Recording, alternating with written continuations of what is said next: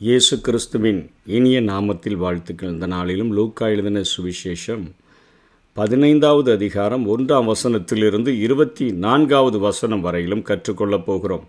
சகல ஆயக்காரரும் பாவிகளும் அவருடைய வசனங்களை கேட்கும்படி அவரிடத்தில் வந்து சேர்ந்தார்கள். அப்பொழுது பரிசேயரும் வேதபாரகரும் முறுமுறுத்து, இவர் பாவிகளை ஏற்றுக்கொண்டு அவர்களோடே சாப்பிடுகிறார் என்றார்கள். சகல ஆயக்காரரும் பாவிகளும் ரட்சிக்கப்படும்படியாக ஆண்டவருடைய வசனங்களை கேட்கும்படி இயேசுவினிடத்தில் வந்து சேர்ந்திருக்கிறார்கள். ஆனால் மோசேயின் நியாயப்பிரமாணத்தின்படி நடக்கிற பரிசேயரும் வேதபாரகரும் அதை ஏற்றுக்கொள்ள மனதில்லாதபடி இயேசு கிறிஸ்து ஏற்றுக்கொண்டவர்களை அவர்கள் ஏற்றுக்கொள்ள மனதில்லாதபடி முறுமுறுத்த பொழுது இயேசு கிறிஸ்து தன்னுடைய இருதயத்தை திறந்து தன்னுடைய இருதய பாரத்தை, தன்னுடைய இருதயத்தினுடைய இயக்கத்தை, அவர் வந்ததனுடைய ஒரு நோக்கத்தை இங்கே தெளிவாக 3 உவமைகள் மூலமாக விளக்குகிறதை நாம் பார்க்க முடியும். காணாமற் போன ஒரு ஆடு, 100 ஆடுகளில் ஒரு ஆடு காணாமற் போயிற்று என்று சொல்லுகிற ஒரு உவமையின் மூலமாகவும், காணாமற் போன வெள்ளிக்காசு என்கிற ஒரு காரியத்தையும், 2இல் ஒரு பகுதியாக பிரிந்து போன ஒரு இளைய மகன், 2 மகன்களில் ஒரு மகன் காணாமல் போயிட்டான் அப்படிங்கிற காரியங்களையும் 11ஆம் வசனத்திலிருந்து 24வது வசனம் வரையிலும் இயேசு கிறிஸ்து தன்னுடைய இருதயம் எப்படிப்பட்ட ஒரு இருதயம், எப்படிப்பட்ட ஒரு மனதுருக்கமுள்ள ஒரு இருதயம் என்பதை அங்கே முறுமுறுக்கிற பரிசேயர்களும் வேதபாரகர்களும் அறிந்து கொள்ளும்படியாக தன்னுடைய இருதயத்தை வெளிப்படுத்தி காண்பிக்கிறார். இன்றைக்கும் நமக்கும் அவருடைய இருதயத்தை புரிந்து கொள்ளும்படியாக இந்த உவமைகள் நமக்கு சொல்லப்பட்டிருக்கின்றன. முதலிலே 4வது வசனத்திலிருந்து 7ஆம் வசனம் வரையிலும் இதே காரியத்தை மத்தேயும் 18ஆம் அதிகாரம் 12ஆம் வசனத்திலிருந்து 14வது வசனம் வரையிலும் நாம் பார்க்க முடியும். ஒரு மனுஷனுக்கு 100 ஆடுகள் உடையவனாய் அவன் இருக்கிறான். அவைகளில் ஒன்று காணாமற் போய்விடுகிறது. 99 ஆடுகளையும் வனாந்தரத்தில் விட்டு காணாமற் போன ஆடை கண்டுபிடிக்கும் அளவும் தேடி திரியானோ என்று ஆண்டவர் கேட்கிறார். கண்டுபிடித்த பின்பு அவன் சந்தோஷத்தோடு அதை தன் தோள்களின் மேல் போட்டுக்கொண்டு வீட்டுக்கு வந்து சிநேகிதரையும் அயலகத்தாரையும் கூட வரவழைத்து, காணாமற் போன என் ஆட்டை கண்டுபிடித்தேன், என்னோடு கூட சந்தோஷப்படுங்கள் என்பான் அல்லவா? அதுபோல மனந்திரும்ப அவசியமில்லாத 99 நீதிமான்களை குறித்து சந்தோஷம் உண்டாகிறதை பார்க்கிலும் மனந்திரும்புகிற ஒரே பாவி நிமித்தம் பரலோகத்தில் மிகுந்த சந்தோஷம் உண்டாயிருக்கும் என்று உங்களுக்கு சொல்லுகிறேன் என்று ஆண்டவர் பேசுகிறார். அவர்கள் ஆடு மேய்க்கிற தொழிலை உடையவர்களாக இருந்தார்கள். அவர்களுடைய ஆட்டில், அந்த 100 ஆடில் அவர்களுடைய ஒரு ஆடு, அவருடைய சொத்து, அது காணாமற் போய்விடுகிறது. 100 ஆடுகளை அவன் வனாந்தரத்தில் விட்டுட்டு அந்த ஒரே ஒரு இழந்து போன ஒரு ஆடை, அதாவது தானாகவே அது புத்தீனமாக வழிதவறி போன ஒரு ஆடு, அப்படிப்பட்ட ஒரு ஆட்டை தேடி அங்கே ஆண்டவர் அலைகிற ஒரு மேய்ப்பனுக்கு தன்னை ஒப்பிட்டு பேசுகிறதை பார்க்கிறோம். நீங்கள் மோசேயினுடைய நியாயப்பிரமாணத்தின்படி வாழ்கிறீர்கள்.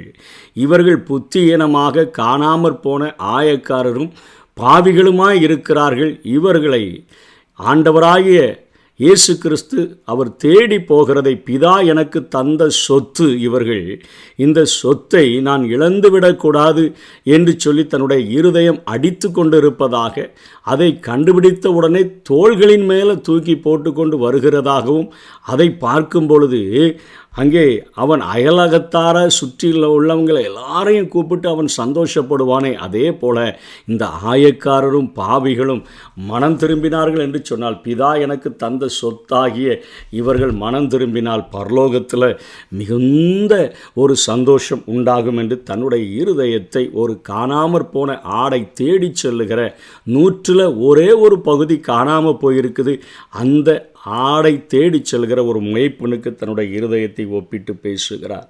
அதனைத் தொடர்ந்து அங்கே ஒரு ஸ்திரீ, ஒரு பெண்மணி, ஒரு 10 வெள்ளிக்காசுகள் அவளுக்கு திருமண வெகுமதியாக கொடுக்கப்படுகிறது.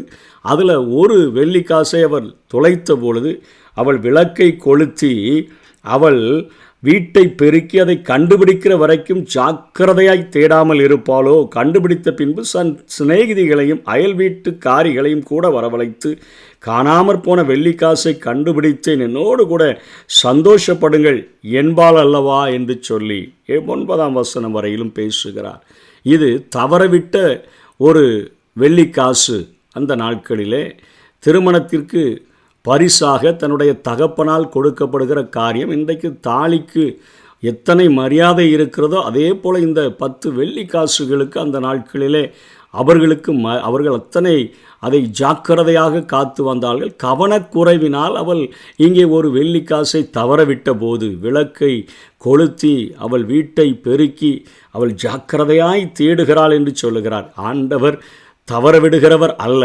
ஆனால் சத்துரு அநேக நேரங்களில் எப்படி ஆதாம் ஏவாளை வஞ்சித்தானோ அதே போல வஞ்சித்து மக்களை அவன் தன்பக்கம் இழுத்து செல்லுகிற பொழுது ஆண்டவர் அப்படிப்பட்ட ஒரு மனிதனையும் தேடி ரட்சிக்கும்படியாக அவன் கிடைத்து விட்டால் அவனும் அயலகத்தாரையும் தன்னுடைய சிநேகிதிகளையும் கூப்பிட்டு சந்தோஷப்படுகிறாளே, அதே போல என்னுடைய இருதயம் சந்தோஷப்படும் என்று சொல்லி தன்னுடைய இருதயத்தை குறித்து அவர் பேசுகிறதை பார்க்கிறோம். அதனை போல ஒரு தகப்பனுக்கு 2 மகன் இருக்கிறார்கள். அதில் இளையவன் மாத்திரம் அவன் தகப்பனை பார்த்து சொல்லுகிறான், தகப்பனே, ஆஸ்திகளில் எனக்கு வரும் பங்கை எனக்கு தர வேண்டும் என்றான். அந்தபடி அவன் அவர்களுக்கு தன் ஆஸ்தியை பங்கிட்டு கொடுத்தான்.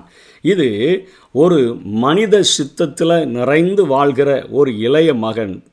அவன் தகப்பனுடைய சித்தத்தின்படி விருப்பத்தின்படி வாழ விருப்பம் இல்லாமல் தூர தேசத்துக்கு நான் ஃபாரின் போயிடுறேன், என்னுடைய சொத்தை பிரித்து தாரும் என்று கேட்கிறான். எப்படி பிதாவினுடைய சித்தத்தை நாம் அநேக நேரங்களில் நம்முடைய சுய சித்தத்தை கொண்டு மேற்கொள்ளுகிறோமோ அவர் மிகவும் மிரட்டுகிறதல்ல, நம்முடைய சுய சித்தத்தின்படி வாழ்கிறதற்கு அவர் நம்மை விட்டுவிடும் பொழுது நாம் எத்தனை வேதனைப்படுகிறோம் என்கிறதையும் இந்த இளைய மகனுடைய வாழ்விலிருந்து இயேசு கற்றுக் கொடுக்கிறார்.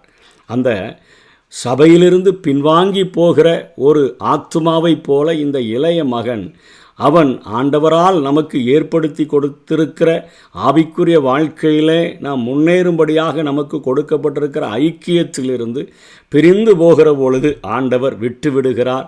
அவன் தேவ சித்தத்தை அல்ல, பிதாவின் சித்தத்தை அல்ல, தன் சித்தத்தை தன் விருப்பத்தை செய்ய விருப்பப்படும் பொழுது விட்டு விடுகிறார்.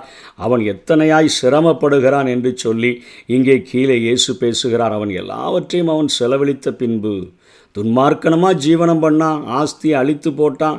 அந்த தேசத்தில் கொடிய பஞ்சம் உண்டாயிற்று. அப்போ அவன் குறைவுபடத் தொடங்கி அந்த தேசத்து குடிகளில் ஒருவனிடத்தில் போய் ஒட்டி கொண்டான். அந்த குடியானவன் அவனை தன் வயல்களில் பன்றிகளை மேய்க்கும்படி அனுப்பினான். பன்றிகள் தின்கிற தவிட்டினாலே தன் வயிற்றை நிரப்ப ஆசையாயிருந்தான். ஒருவனும் அதை அவனுக்கு கொடுக்கவில்லை. அவனுக்கு சாப்பாடே கிடைக்கல. இன்றைக்கு பன்றிக்கு கிடைக்கிற ஒரு சாப்பாடு கூட பாவியாய் வாழ்கிற ஒரு மனிதனுக்கு கிடைப்பதில்லை. அத்தனையாக அவன் வறுமைக்கு கீழாக தள்ளப்பட்டு விடுவான் என்கிறதை இயேசு கிறிஸ்து பேசுகிறதை பார்க்கிறோம். ஒரு ஆவிக்குரிய வறுமையில் அவன் அத்தனையாய் வேதனைப்படுவான்.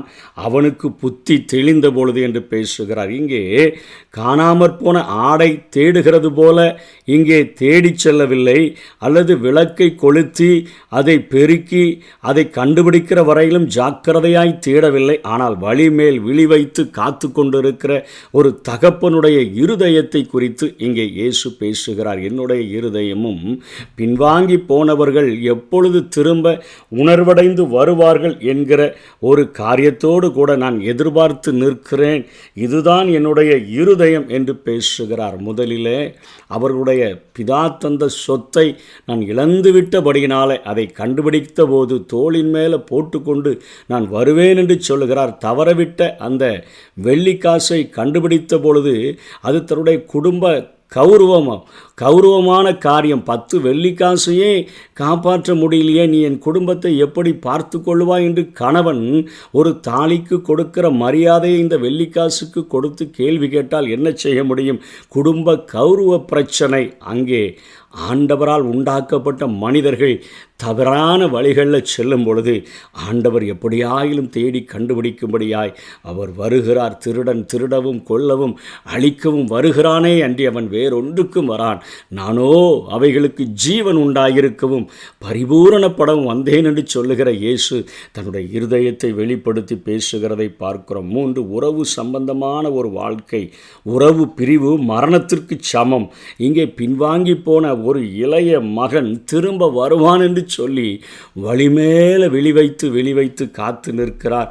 அவன் அங்கே தூரத்தில் வரும்பொழுதே, அவன் உணர்வடைந்து வரும்பொழுதே, அவன் என் தாய் என்னை பாவத்தில் கற்பந்தரித்தால் நான் துர்க்குணத்தில் உருவானேன் என்கிற ஒரு எண்ணம் அவனுக்குள்ளாக உருவான பொழுது, அவன் பரத்துக்கு விரோதமாக, என் தகப்பனுக்கு விரோதமாக நான் பாவம் செய்தேன், இனிமேல் அவருடைய வேலைக்காரனில் நான் ஒருவனாக இருந்து கொள்ளுவேன், மகன்னு சொல்கிறதுக்கு எனக்கு உரிமை இல்லை என்று சொல்லி அவன் எழுந்து தகப்பனிடத்திற்கு வந்தபோது, அங்கே தூரத்தில் வரும்போதே அவனுடைய தகப்பன் அவனை கண்டு மனதுருகி ஓடி அவன் கழுத்தை கட்டிக்கொண்டு அவனை முத்தம் செய்தான் என்று சொல்லி பார்க்கிறோம்.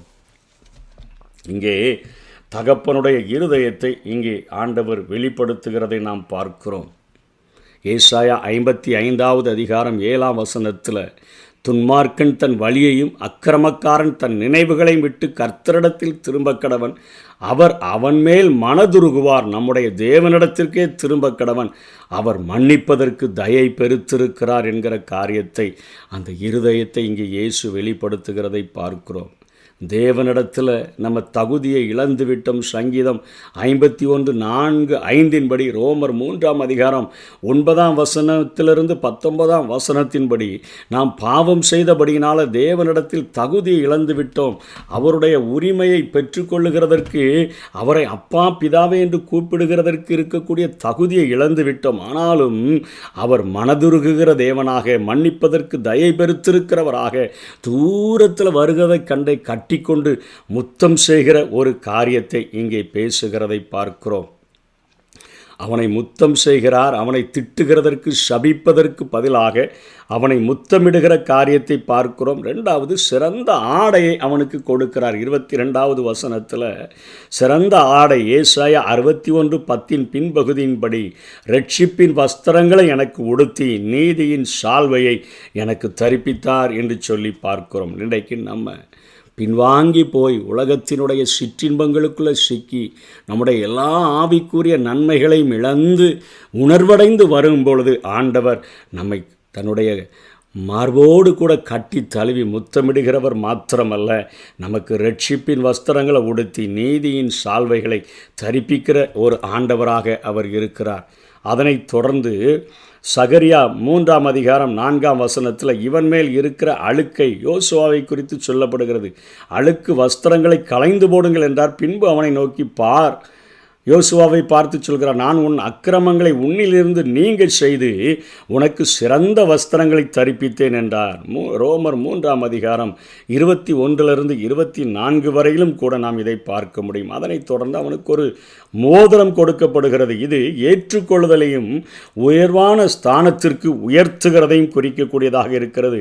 ஆதியாகமும் 41வது அதிகாரம் 42ஆம் வசனத்தில் பார்வோன் யோசேப்புக்கு மோதிரத்தை வழங்கி தனக்கு அடுத்த ஸ்தானத்திலே அவனை எகிப்தின் அதிபதியாக மாற்றுகிறான். இன்றைக்கு எபேசியர் 1:13-14 ரட்சிப்பின் வஸ்திரத்தை தந்து நீதியின் சால்வையை தருகிற ஆண்டவர் பரிசுத்த ஆவியினால் நம்மை முத்திரை போடக்கூடியவராக இருக்கிறார். நம்மை உன்னதங்களில் உட்கார வைக்கக்கூடியவராக இருக்கிறார் என்று சொல்லி எபேசியர் 2:4-7 பார்க்கிறோம். பரிசுத்த ஆவியானவராகிய முத்திரையை நமக்கு அணிவிக்கிறவர் மாத்திரமல்ல, உயரங்களில் உன்னத ஸ்தலங்களில் நம்மை உட்கார வைக்கிற ஒரு தேவனாக இருக்கிறார். 23வது வசனத்தில் சிறப்பான ஒரு விருந்து, கொழுத்த கன்றை அடித்து அங்கே ஆயத்தமாக்கப்படுகிறது. அவர்கள் அசைவம் உண்கிறவர்களாக இருந்தபடியினால அவர்கள் சந்தோஷத்தின் மத்தியில் ஒரு கொழுத்த கன்றை அடித்து காரியங்களை செய்கிற அந்த காரியத்தை ஆண்டவர் வெளிப்படுத்துகிறார். மரித்தான், ஆவிக்குரிய மரணம் அவனுக்குள்ளாக நடந்தது. திரும்பவும் உயிர்த்தான், காணாமற் போனான், திரும்பவும் காணப்பட்டான் என்றார். அப்படியே அவர்கள் சந்தோஷப்பட தொடங்கினார்கள் என்று சொல்லி அருமையாக தன்னுடைய இருதயத்தை பாவிகளோடும் ஆயக்காரர்களோடு நான் பந்தி இருக்கிறதை நினைத்து முறுமுறுக்கிறீர்களே, நீங்கள் தானே தேவனிடத்தில் முதலாவது அன்பு செய்ய வேண்டும், பின்பு சக மனிதர்களிடத்தில் அன்பு செய்ய வேண்டும், உன்னிடத்தில் அன்பு கூறுகிறது போல பிறனிடத்திலும் அன்பு கூறுவாயாக என்று கொடுக்கப்பட்ட கட்டளையை நீங்களும் பின்பற்றுகிற என்னையும் முறுமுறுக்கிறீர்களே. என்னுடைய இருதயம் இப்படிப்பட்ட இருதயம் என்பதை 3 ஊமைகள் மூலமாக இயேசு கிறிஸ்து விளக்கி சொல்லுகிறதை பார்க்கிறோம். இன்றைக்கும் அவருடைய இருதயம் காணாமற் போன நம்முடைய புத்தீனமாய் பாவத்தின் சேற்றில் சிக்கி உழன்று கொண்டிருக்கிற ஒரு ஆடை போல இருந்தாலும், அது ஒரே ஒரு ஆடாக இருந்தாலும் அதற்காக தேடி திரிகிற ஒரு மெய்ப்பனுடைய இருதயத்தை ஆண்டவர் பேசுகிறார். தவறவிட்ட ஒரே ஒரு வெள்ளிக்காசை தேடுகிற ஒரு இருதயத்தை குறித்து பேசுகிறார். இளையவன் மூத்தவன் என்று சொல்லுகிற காரியத்தில் பின்வாங்கி போன ஒரு இளையவனை ரட்சிக்கிற ஒரு காரியத்தை குறித்து பேசுகிறார். அவருடைய இருதயம் இன்றைக்கும் உலக பிரகாரமாக வாழ்கிற மக்களுக்காக துடிக்கிற ஒரு இருதயமாக, பிதாவோடு கூட சேர்க்கிற ஒரு இருதயமாக இருக்கிறபடியினால் அந்த இருதயத்தை புரிந்து கொண்டு அவரிடத்தில் நம்முடைய வாழ்க்கையை ஒப்பு கொடுப்போம். கர்த்தர் தாமே நம்மை ஆசீர்வதிப்பாராக. ஆமென்.